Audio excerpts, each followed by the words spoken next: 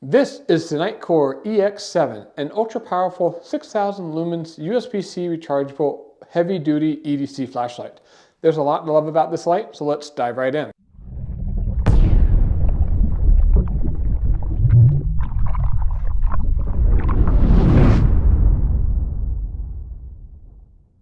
This is the Nitecore EX7, and it's a really powerful 6,000 lumens flashlight, and there's a lot to like about this light. It's got USB-C recharging, over 20 LEDs in the head here, and it has multi-beam capability. So there's 3 different beam modes. There's a spotlight, a mixed light, and a super floody light beam that you can get out of this. And there's just also a couple other features that are pretty useful about this flashlight. So first we'll kind of review the key features, then we'll review the size and weight of this flashlight, the user interface and how you get into all the different modes and features, and then we'll take it outside and actually show you just how powerful this light is in all the different beam modes and brightness settings. So that's a lot to cover. Let's go ahead and get right into it. First, let's just hit right off the bat. This light has 6,000 lumens in its lumen shield mode. And that 6,000 lumens is achieved when all 20 of the head LEDs are turned on. And there's 4 groups of 5 M515S LEDs, which is a proprietary LED to Nitecore. They've developed it specifically for their flashlight line, and it's really cool that Nitecore isn't just repackaging existing technologies. They're actually actively developing new LED technologies and new battery technologies to keep pushing the industry forward. So that's something I really like about the brand, and this flashlight is a great example of that. So again, they have 20 of the M515S cluster array LEDs in the head here, and they're just arranged in 4 groups of 5. Moving down the light, we have a metal side button, and it's waterproof. It's good down to 2 meters, and when you press the button, you have 4 LEDs on either side. On one side is the beam power, so low, medium, high, or turbo, and on the other side, it's going to be battery status, so each blue LED will represent 25% state of charge. On the side of the light, we have a nice dual direction pocket clip, so you can attach it either head up or head down. That's something I really like. Now the pocket clip is not a quick release pocket clip. You do have to remove these 2 small screws if you want to take it off. You can still take it off. It's just not a quick release pocket clip like some of Nitecore's other products.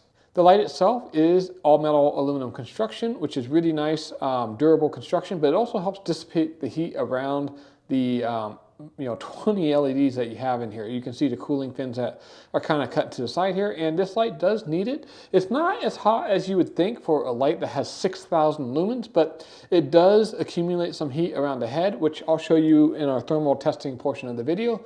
But that's to be expected with a light that has this much power and 20 freaking LEDs. So no big surprises there. On the back of the light, we do have a flat tail cap design.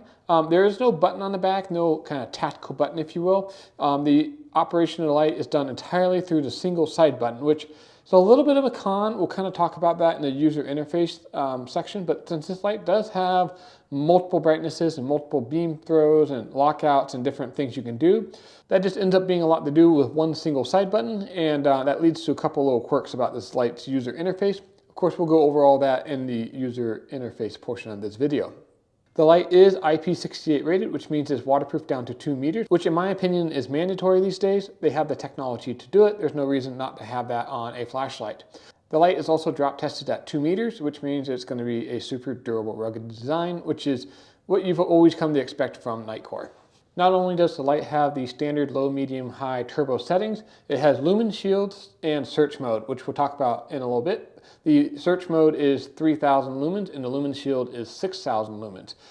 The light also has the multi-beam function, which I think is kind of one of the biggest strengths of this light. It has modes for the spotlight mode, which is a really long distance penetrating 1,500 lumens that reaches out to 500 meters. But it also has a mixed beam and a floodlight mode, which I think are really useful. They've really packed a lot of features in this light, which makes it a really versatile light, which I think is going to fill a lot of niches for different people. So that's kind of the key features of this particular light. Let's go ahead and review the size and weight. The length of the light is 5.12 inches. The diameter of the head, which is a little bit bigger than the body, is 1.38 inches. And the diameter of the body itself is a little bit bigger than your standard 1-inch barrel. It is a 1.1-inch barrel. The overall weight of the light is 7.6 ounces, which is almost half a pound. So that's Why I'm calling this a heavy-duty EDC light, it's a extremely capable light at 6,000 lumens, but you're getting a little bit into that kind of heavier or bulkier territory. Now it is a pocketable EDC light. Like I said, it's got the pocket clip on the side here, but at 7.6 ounces or almost half a pound, I feel that this is the light you would carry with you if you know for sure you're going to be using this light every day. Maybe you're a security guard or something like that, or you do nighttime patrols. You're going to be out at night a lot, and you know that you're going to need a bright flashlight, and you know that you're going to need the run times to do your job. So that's the kind of role I see this light filling, and that's why I call it a heavy-duty EDC light. If you are just going to use the light occasionally, or you don't need the light every day, you might want to consider something a little bit smaller. Opening the light up, we just open it up using the tail cap here. Just unscrew it. So it does come with the 21700 battery from Nitecore pre-installed, so you don't need to buy it separately. It's a rechargeable battery, and it's a 5,500 milliamp hour battery. And you'll get some really good run times with this battery, which we'll cover in a little bit. To charge the battery, we have this rubber flap that covers the USB-C port. Now the light is waterproof without the flap, but the flap just helps protect it from getting dust and grime and dirt and stuff in there. And when you plug this in with a standard USB-C cable, you will be able to charge the light from a completely dead state to 100% charge in 2 hours and 50 minutes. I really do like the USB-C recharging ports on flashlights because A, everybody has USB-C cables these days. Your cell phone likely is powered by USB-C, and it doesn't require you to carry a proprietary magnetic tail cap or something like that. I'm fine with flashlights that are rechargeable via magnetic induction like some of the other popular brands, but I always want to see that USB-C port on there so you can charge it if you're on the go and didn't happen to bring your special flashlight cable with you. Okay, so now we're going to talk about the thermals of this light. I think it's important because this light is a 6,000 lumens flashlight, which is extremely bright and powerful, which means that this light is going to put off a lot of heat. So I went ahead and got my thermal camera out and actually put this light through its paces. So I ran the light at its maximum power output for 10 minutes and measured the temperature along the entire progression. And then we turned it off and checked the temperature again after 10 minutes to see how quickly it would cool off. So once we turned the light on, it ran for about 30 seconds in the Lumen Shield 6,000 lumens mode. And then after 30 seconds, it stepped down to the 1,500 lumens turbo mode, which it ran at for the rest of the 10-minute test. And then at the 10-minute mark, the light was at 47.7 degrees Celsius, which is about 117.9 degrees Fahrenheit. So the head of the light, which is the part that gets the hottest, as you'll see from the video footage, is where it gets the hottest. Obviously, the handle portion isn't quite as hot, but that is relatively toasty for a flashlight. Now, while that is pretty warm, I think the light handled it pretty well. It didn't give me any like burning oil smells or any hot plastic smells that I've experienced with other flashlights. So it can definitely take the heat. And like I said, it took 10 minutes to get to that point on the brightest setting, and the handle itself was still a manageable temperature. So for the power output this light puts out, I think it did pretty well. Then when I turned the light off, I let it cool off for about 10 minutes, and it came down to 33 degrees Celsius, which is well within the safe zone. I don't always do thermal testing on lights, but because of how powerful this light is, I thought it would be interesting to see how it performed. And to be honest, I think it did really well. I mean, you'd expect a 6,000 lumens flashlight to be a freaking sun in your hand, and that's pretty much what we got. It handled it extremely well. Are you getting value out of this video? Well, if you are, make sure to hit that subscribe button below. It helps the channel out a lot. And to say thank you, here is a picture of a baby cow. The next section of this video is going to be the user interface of this light, how you get into all the different settings and the brightness modes and run times for each of the settings. If you're more interested in the outdoor testing and what the beam looks like, there's a chapter marker below that will take you to the outdoor testing portion of this video. To turn the light on, you just press the side button and the light will come on, and I think it comes on in the medium mode if I remember correctly. And there is no memory for the default on setting. It will just always come on in that medium brightness mode. Now to change the brightness of the light, all you do is you hit the side button, and there's a little caveat to that. I remember I told you there's a few quirks to this light. If you turn the light on and then you wait 3 seconds, 1, 2, 3, hit that side button, it will turn the light off. But if you turn the light on and then within 3 seconds, hit that side button, you will cycle through the off, low, medium, high, and turbo settings, and then back to off. So it just keeps cycling through those until you just, leave the light off or on in whatever setting you want. And again, if you wait 3 seconds, 1, 2, 3, the light will just turn off. So that's a little bit of a quirk. It's not a big deal and you get used to it, but if you've been using the light for a little bit and you decide, oh, I want to bump the brightness up or bump it down, and you go to hit that side button, you may find the light just turns off. And that's why you need to do the brightness setting within the 3-second window after turning the light on. So that's fine. That's just how the brightness modes work. Now, there are 3 different beam patterns you can do. So if you turn the light on, the way you get into the different beam patterns, which are spot, mixed, and flood, is you press and hold the side button. And now as you press and hold that side button, you'll see that the light is cycling through the different beam patterns. You have the spotlight, mixed, and floodlight mode, spotlight, mixed, and floodlight mode, and you just let go when you're in the mode that you want to be. I'll show you what that looks like outside, but it's a pretty easy and intuitive way to switch between the different beam patterns. Now the light does have memory for the beam pattern, so the beam pattern here, turn it off, turn it back on, it will remember whatever that beam pattern was. Now to get into the lumen shield mode, what you do is you double press the side button, and it's just like a super turbo torch.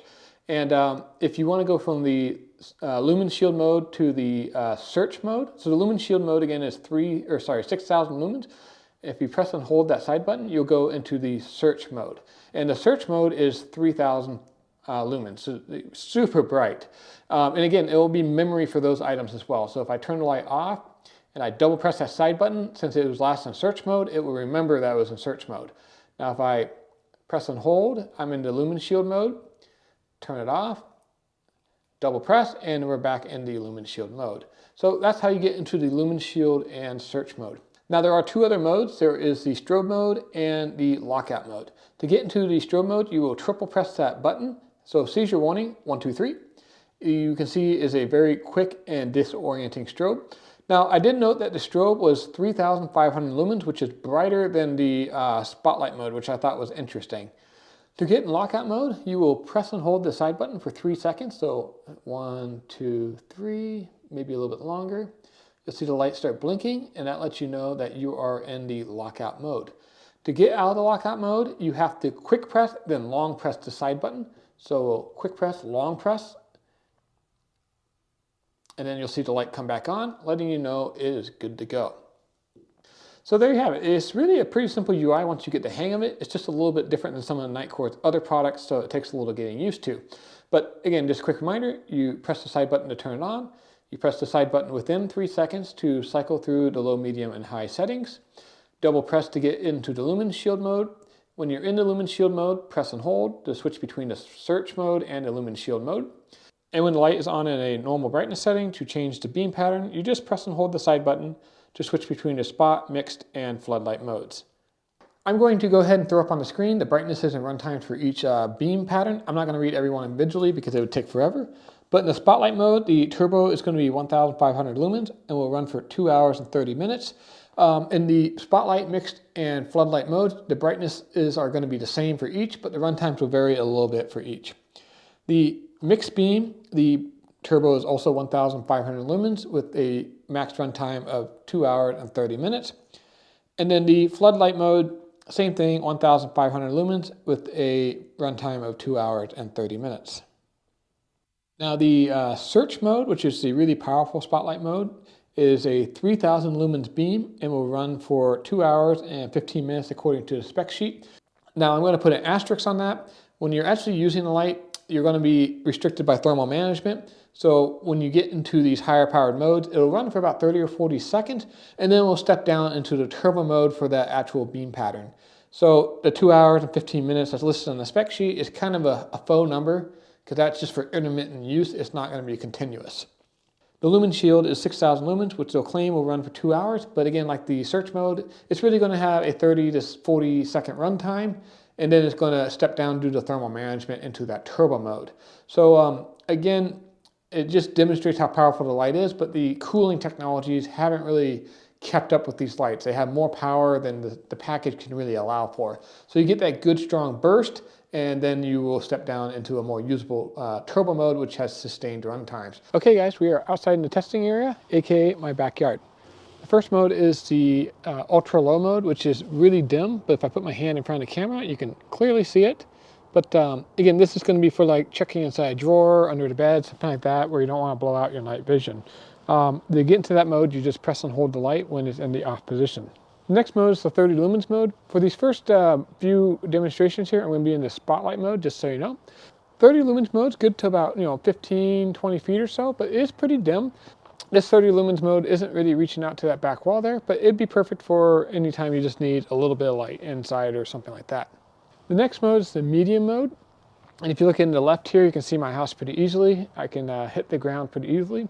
And looking all the way back 50, 60 feet there, I can see the pots back there. I'm not 100% sure if the camera's going to be able to see it, but it definitely is hitting the wall back there, but it's not super bright for a larger area such as this. Okay, so this is the high mode here, and as you can see, it is definitely a lot brighter than the medium mode was. If I shine at the tree above the wall there, seeing a lot of good detail. You can see the pots quite clearly, the side of the house, and the ground right in front of me is very easy to see. This high mode, 600 lumens, is going to be a very usable kind of EDC brightness that is going to have some really good runtime. So the high mode is probably the mode I use most frequently. But let's go ahead and see what the turbo mode looks like. Okay, this is the turbo mode, and it is significantly brighter. There's a big step up from 600 lumens to 1,500 lumens. Now you can see the spotlight is a really tight spotlight, and that's to be expected. It's good out to 5,000 meters in its brightest setting. And at the 50-foot wall here, it's just going to be a really tight, concentrated spotlight. I'm actually kind of impressed, considering that this light has 20 LEDs in it. It's doing a really good job focusing that beam. So whatever Nitecore has done, they've done a really good job keeping that beam focused and not just spilling everywhere like you'll see on the floody mode. So there is really good beam control between the flood, spotlight, and mixed beams, which we'll go over in just a little bit. I do want to comment on the color of the whiteness here, because sometimes the camera doesn't get it quite right. It's a very cool white, maybe just a touch of blue in the turbo mode here, but it's not really tingy. There's no greens or weird yellows or anything like that in there. It's a very clean white. It's also a very crisp white. Sometimes you'll notice on lights that have a lot of LEDs, they kind of don't pull the detail out real well of things like this tree with all the leaves and stuff. This light's a little different. It is a very crisp light. You can see everything very clearly. There's no kind of muddling of the details. So that's really good to see. Even though this light has a lot of little LEDs, the beam is a nice clean beam. Okay, so real quick in spotlight mode again, we're going to go ahead and go to low, medium, high, and turbo mode. So again, low, medium, high, and turbo mode. And I just kind of do those in quick succession so you can see how dramatically different they are. Something I do want to note, is kind of annoying that I can't just press and hold and switch between the low, medium, high, and turbo modes. When I do that, if you remember from the UI section, we'll change between the beam types. So let's go ahead and turbo mode here. Let's go ahead and do that. If I press and hold, you have the spot, mixed, flood beam. Spot, mixed, flood, spot, mixed, flood. So that's the difference in the turbo mode of what the beams look like. This is the floody mode, and you can tell it really doesn't have nearly as tight of a hot spot. You're getting a lot more spill on either side. It's almost like a car headlight. You're just illuminating this entire area here. If I point the light down here at the ground, you can still see the leaves on the tree. If I point the light up here at the trees, you can still see the side of the house, the ground. It does a really good job illuminating the entire area. Back in spotlight mode, you can really see that to the sides and top and bottom, there's a lot less light spilling over outside the tight hot spot here. So again, here's the flood mode. And again, that's exactly what you want. You want a really floody light. I'm going to go ahead and walk down to the wall and back in the flood mode, just so you can see how floody this light really is. Sometimes it's a little easier to see just how bright these things are when you're actually using it.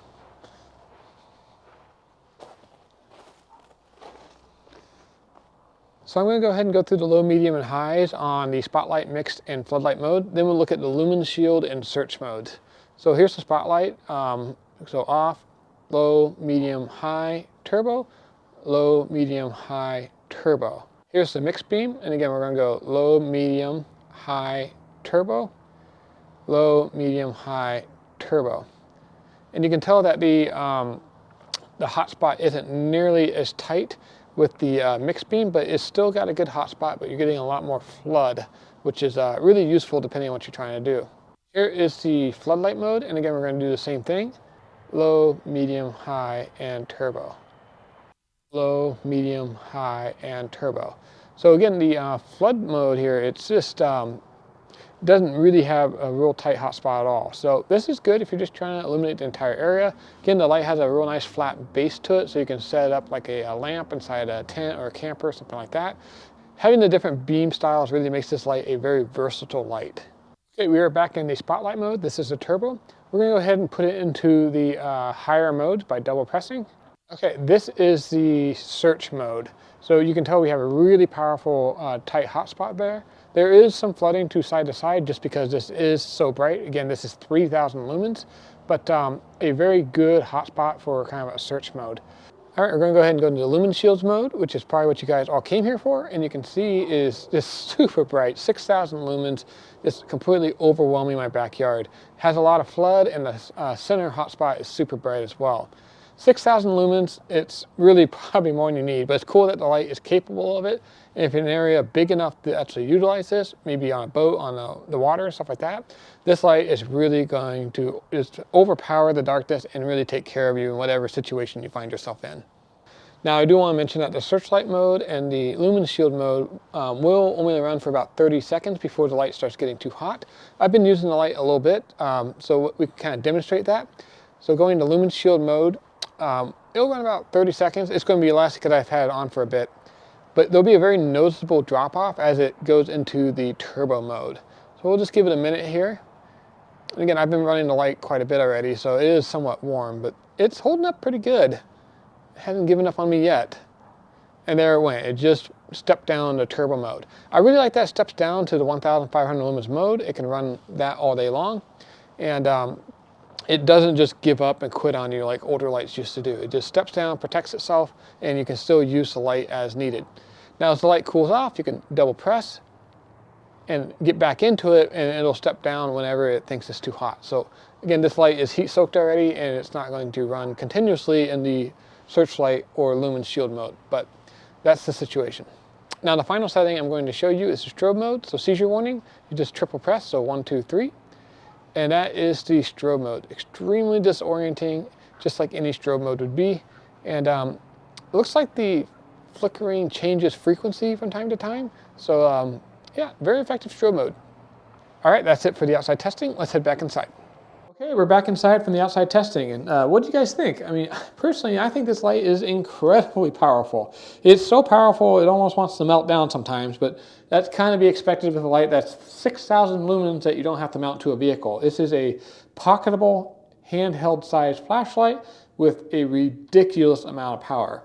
And frankly, the run times on this are really good considering the lumens output that this thing has. So I'm really impressed with this light. I will say with the single button UI, it's a little wonky until you get used to it. If this is your primary duty light, I'm not too worried about you getting that figured out. Just got to practice with it a little bit. It is pretty simple. It's just a little bit different than some of the other Nitecore lights I've used. And the only other thing I would kind of mention is a little bit on the heavier side at 7.6 ounces, which is for a duty light, very manageable. But if you don't know you need to light that day, or you're just looking for a backup light just in case, this is probably going to be a little bit more light than you really need. This is a light I would carry with me if I know for sure I'm going to be using it for multiple hours that evening, and I need something that's going to be up to a challenge. This is going to be a very capable light for a heavier duty, regular use type light versus just a keychain light or a lightweight EDC light that you just use occasionally. I hope you found this video review helpful. If you did, make sure to hit that like and subscribe button below. It helps the channel out a lot. I really appreciate it. Oh, you're still here? Well, hey, check this video out. I think you'll like it too.